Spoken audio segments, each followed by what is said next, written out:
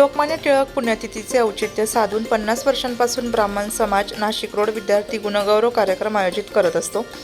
इयत्ता पहिली ते पदव्युत्तर पर्यंतच्या सर्व विद्यार्थिनींना शालेय साहित्य देण्यात येते। काही संस्था फक्त 10वी व 12वी मेरिट गुण मिळवलेल्यांनाच गौरव करत असते।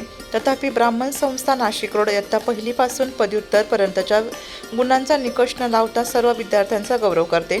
त्यानिमित्त अभ्यासू व्याख्याता बोलवून विद्यार्थ्यांना शिक्षणाची पुढील दिशा देण्यात येते।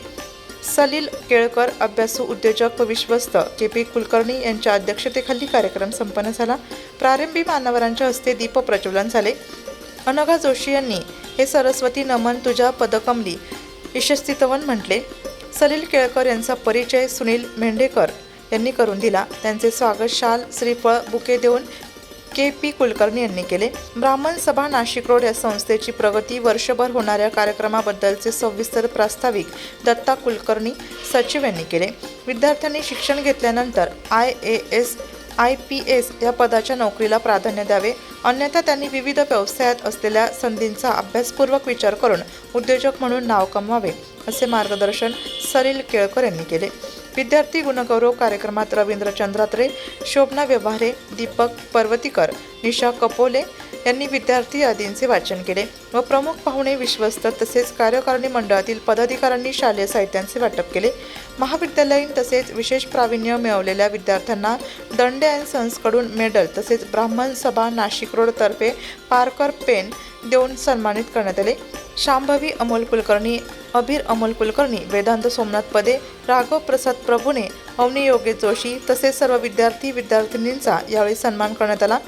श्री दीक्षित शासकीय तंत्रनिकेतन तसेच डॉक्टर राजेंद्र कुलकर्णी यांच्या दिवंगत आईवडिलांच्या स्मरणार्थ विविध विषयात प्रावीण्य मिळवलेल्या मुलामुलींचा सत्कार त्यांनी दिलेली ठेवमधील व्याज रकमेतून त्यांच्या हस्ते करण्यात आला। कार्यक्रमाचे आभार प्रदर्शन राजू व्यवहारे व सूत्रसंचलन अनघा जोशी यांनी केले। कार्यक्रमानंतर सशुल्क स्नेहभोजनाची सोय किरण हिंगणे यांनी केली होती। कार्यक्रम यशस्वी करण्यासाठी मंदाकिनी शेरीकर, दीपक पर्वतीकर, शोभना व्यवहारे, रवींद्र चंद्रात्रे, राजू व्यवहारे, अनघा जोशी, शुभदा देशपांडे, सारंग धरणगावकर, सुरेश कुलकर्णी, दत्ता कुलकर्णी, सुनील मेंढेकर, संकेत मेंढेकर, अविनाश गोसावी, नाचन यांनी विशेष मेहनत घेतली। माझ्या अतिप्रिय महिला सभासद भगिनींनो, हा अतिशय मी शब्द प्रिय हा वापरला कारण मला आज जाणवलं आहे आणि ते मी मला व्यक्त करून सांगणार आहे। यावेळेला ही संस्था 17 जून 2018 स्वानंद ज्येष्ठ कार्य संस्था म्हणून फक्त 15 सभासद असताना रजिस्टर केली गेली।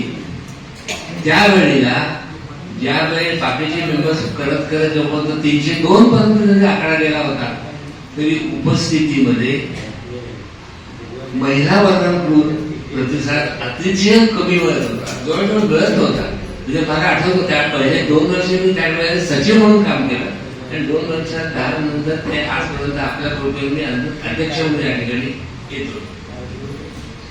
मला जाणवलं की एक दिवस असा येईल, आता 31 जुलै 2024 आहे, पण आणखी 1-2-3 दिवसात मला वाटतं आपला जी संस्था आहे ती सगळ्या महिला वगैरे कॅप्चर करतील।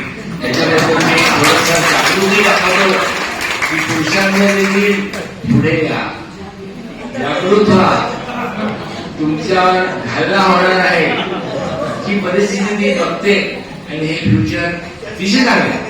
मला तर मनापासून आनंद होतो। हो, त्यावेळेस मला स्कूटर होते, स्कूटर आता तर खूप वेळ मोबाईल झाले, सगळे झाले, त्यावेळी मोबाईल वगैरे आपण वापर करू शकत नव्हतो। 2008 घरोघरी जाऊन तुम्ही यायचं की तुम्ही यायचा कार्यक्रमाला काय म्हणा, पण नॅचरली। पण या 16 वर्षानंतर आज मी या ठिकाणी अगदी खात्रीने सांगतोय की आयोजकांनी केलेला हा एक वैशिष्ट्यपूर्ण भेटी कार्यक्रम 16 वर्षानंतर झालेला आहे। तो मला वाटतं 16 वर्षांना